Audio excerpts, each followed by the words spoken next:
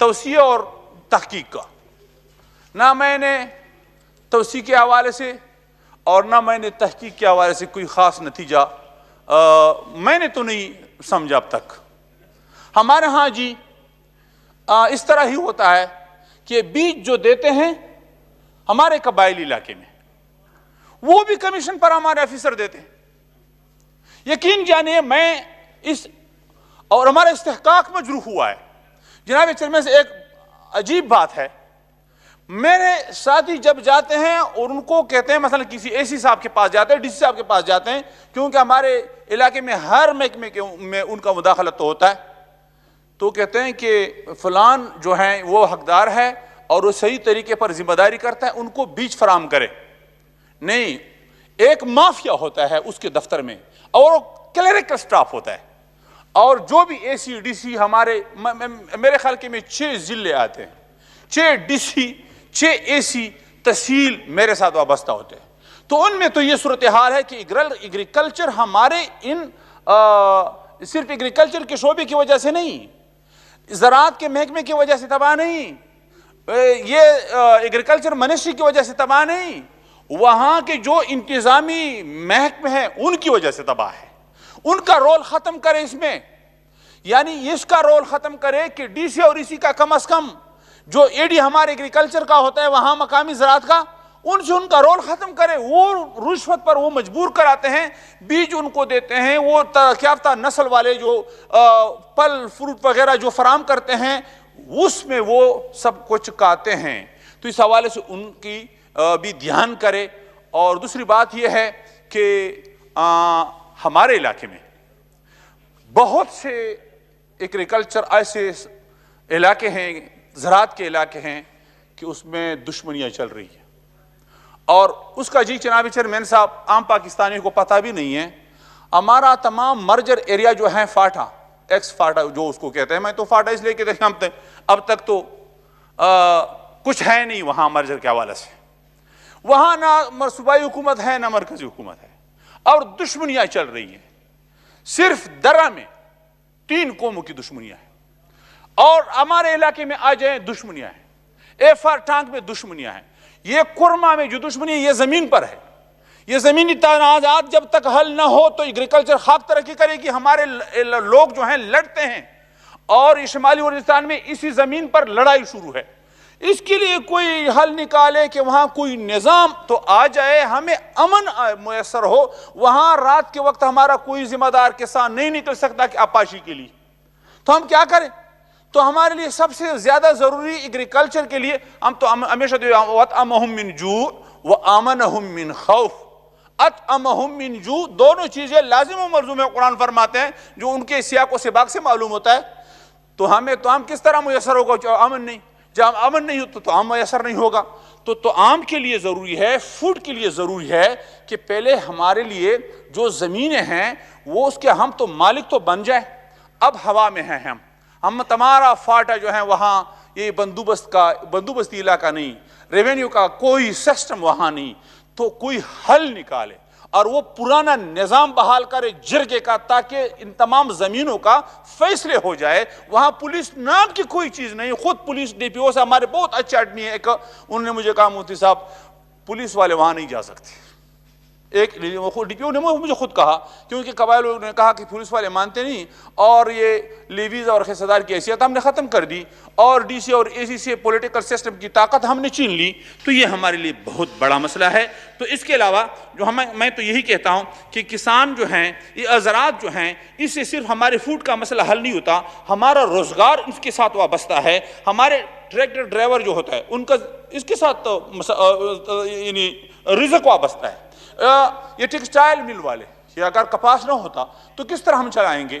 یہ حتیٰ کہ میں تو یہاں تک کہتا ہوں کہ اسٹیل مل والے جو لوہا تیار کرتے ہیں، اسٹیل تیار کرتے ہیں، وہ گاڑیاں جو بناتے ہیں، تو ان کا گزارا بھی زراعت سے ہوتا ہے، کیونکہ اگر زراعت ترقی پذیر ہو جائے، ترقی نہ کرے، تو وہ تو یہ ذرائع بھی تیار نہ کریں گے۔ تو بہرحال زراعت کے لیے جن چیزوں کی ضرورت ہے ان کو سستا بنائیں، دوائیاں سستے داموں مل جائیں، اور اچھے دوائیاں جو یعنی دو نمبر کی دوائیاں نہ ہو، اور اس کے علاوہ جو ہیں پانی مہیا کیا جائے۔ ہمارے علاقوں میں پانی مہیا شکریہ نہیں، جناب۔ کرک میں، لکی مروت میں، ٹانک میں، ڈی خان میں، جنوبی اضلاع میں، آپ ہمارے علاقے کے ساتھ بہت قریب رہتے ہیں، تو پانی کے ذخائر تباہ ہو رہے ہیں، اور قرآن نے فرمایا ہے، حدیث نے فرمایا کہ اسراف اور تبذیر حرام ہے۔